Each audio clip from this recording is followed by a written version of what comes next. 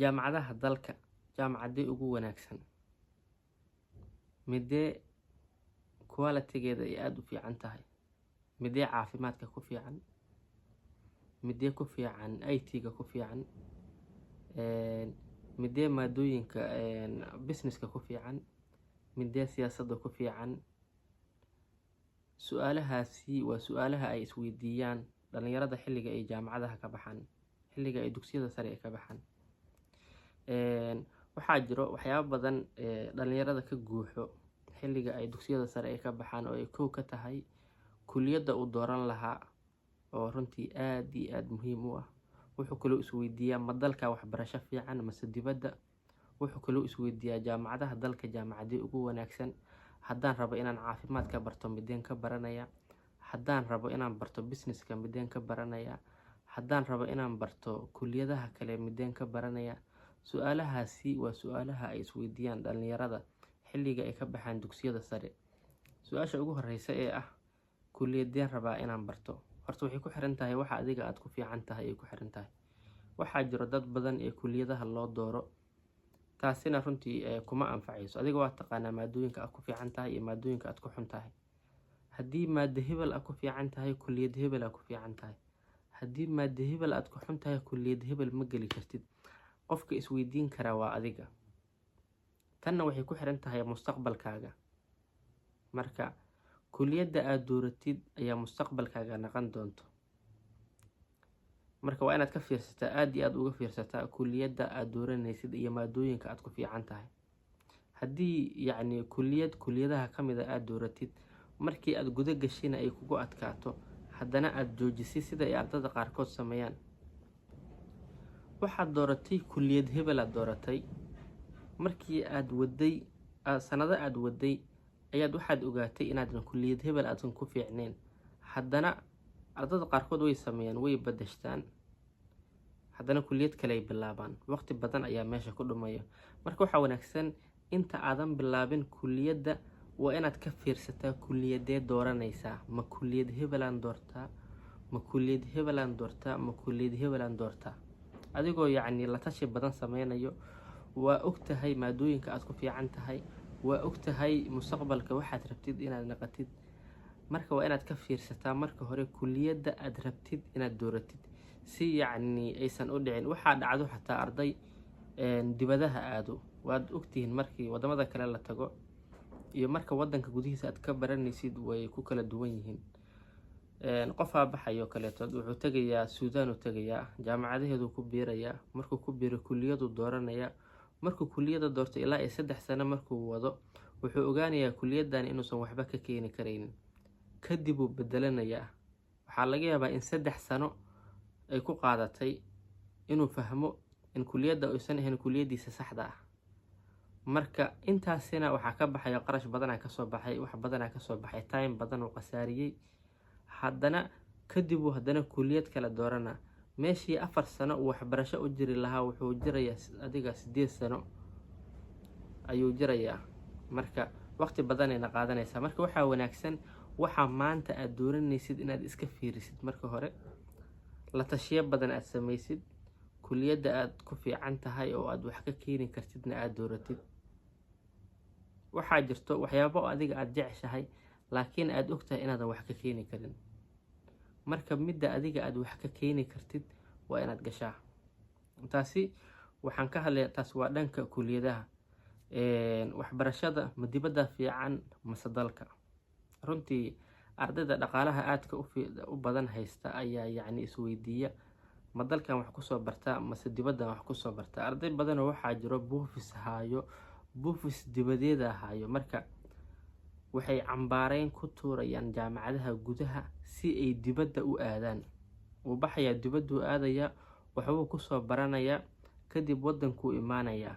horta mid baryahan dambe bulshadeena ma ogtahay waxay aad u jecel yihiin wax walbo dibadda ka imaada. sidaas darteed haddii arday wadanka wax ku bartay iyo arday dibadda wax ku soo bartay ay shaqo wada doontaan, badanaa waxaa la qaataa ardayda dibadda aado. taasina waxaa waaye bulshadeena ayaa waxay aaminsan yihiin dadka dibadaha ka imaado inay ka quality fiican yihiin dadka gudaha wax ku bartay. laakiin waxaa jiro boqolaal gudaha wax ku bartay quality-gooduna uu aad u wanaagsan yahay. marka qofka asagay ku xiran tahay qaabka uu wax u baranayo. taas inaan isla fahanay ayaa rajeynaya. marka ama dibadda aad ama dalka aad, waxay ku xiran tahay go-aanku waa adiga. laakiin dibaddana waxbarasho way taalaa, dalkana waxbarasho uu yaalaa. waxay kala isweydiiyaan ardayda, ay aad isku weydiiyaan jaamacadaha dalka jaamacadii ugu wanaagsan. qofka qaaraa wuxuu isweydiinaa jaamacad hebel mas-uul hebela iska leh, marka quality-geeda way fiican tahay. jaamacad hebel waa saasay ku fiican tahay. arday badanoo waxaa jiro isweydiinayo, laakiin sida aad idinka wax u malaysaan wax uma jiraan. aniga wadanka gudihiisa ayaan wax ku soo bartay, marka waan kala fahmi karaa jaamacadaha quality-gooda iyo sida ay wax u yaalaan waan fahmi karaa. tusaale ahaan oo kaleetood, waxaad dhigataa jaamacad X dhigataa, waxaad ka barataa kulliyad hebela ka barataa. tusaale ahaan oo kaleetood, waxaad barataa kulliyadda agriculture barataa, jaamacad X na dhigataa. qofka dhigto jaamacad Y oo asagana kulliyadda agriculture ka barto, isku mid ma naqanaysaan mase waa kala duwanaanaysaan? waxaa jirto hal sir ee jaamacadaha wadanka isticmaalaan. wadanka gudihiisa waxaa ka jirto baahi macallin, baahi professor ayaa ka jirto. marka jaamacadaha gudaha waxay wadaagaan professorada laga jar iska bixiyo, way wadaagaan. macallinka xisada ku qoran jaamacadda ummadda ayaa ku qoran jaamacadaha kalena. waxaa laga yaabaa jaamacadda ummadda inuu isbuuci ku leeyahay 3 xiso, waqtiga soo harana xisooyinka kaleetood uu ku leeyahay jaamacadaha kale. marka jaamacaddaani intuu wax yar u dhigo, wax xun u dhigo, ama yacni si fiican uusan ugu dhigin, jaamacaddaana si khatara ugu dhigo macquul ma ahan, waa isla qofkiidii. marka jaamacaddan siduu wax u baro ayuu jaamacaddaana wax u barayaa. marka say u kala wanaagsanaanayaan, sababtu waxay tahay macallimiinta way wadaagaan. macallinka kulliyaddan dhiga ayaa jaamacadda kaleetana kulliyaddaas ka dhiga. marka waa isku midii, wax farqiga uma dhexeeyo. marka jaamacadaha Soomaaliya, jaamacad hebel ayaa jaamacad hebel ka wanaagsan ma dhihi karno. sababtu waxay tahay quality-gooda way wadaagaan. hadday yacni professorada lecturerska ka jeediyo jaamacadaha hadday isku wada mid yihiin, say u kala wanaagsanaanayaan? waxaa laga yaabaa sharci ahaan inay kala adag yihiin. nidaamka jaamacad walba waxay leedahay policy leedahay, laga yaabo inay policy-gaasi ku kala adag yihiin. laakiin marka loo fiiriyo dhanka aqoonta loo fiiriyo, wadanka gudihiisa waxaa ka jirto baahi professora ka jirto. sidaasi awgeed professorada gudaha joogo ayaa jaamacadaha isku kala qaybiya.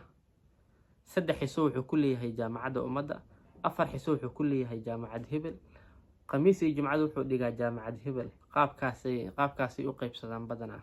marka waa dareemaysaa yacni quality-ga ardayda waa isku wada mid. waxaa laga yaabaa xataa marmarka qaar, sida aan arkay, imtixaanka uu jaamacad hebel u keeno ayuu jaamacad hebelna u keenaa. ardayda qaarkood xataa way wada xiriiraan. taasna qasho waa infaad. marka haddii lagu dhaho jaamacad hebel ayaa ka fiican jaamacad hebel wadanka gudihiisa, waxaa waaye qofka ra'yigiisa waaye. waxaa laga yaabaa in policy-ga jaamacadda u yaalo aysan u aalin jaamacaddani, laakiin quality-ga waxbarasho jaamacadaha gudaha dhan isku mid waaye. sababtu waxay tahay professorada way wadaagaan. asagoo 2 xiso jaamacaddan ku leh ayuu haddana xisooyinka kale jaamacadaha kale ku leeyahay, haddana jaamacadda kale xiso kale ku leeyahay. marka ma jiri karto sabab ay ku kala wanaagsanaadaan. waxaan rajeynayaa inaad su-aashaasi aad ka qanacday. haddaa ku cusub tahay saaxiib, subscribe noo saar dhanka YouTube-ka haddaa naga daawanaysid dhanka Facebook-gana nasoo follow garay. asalaamu calaykum.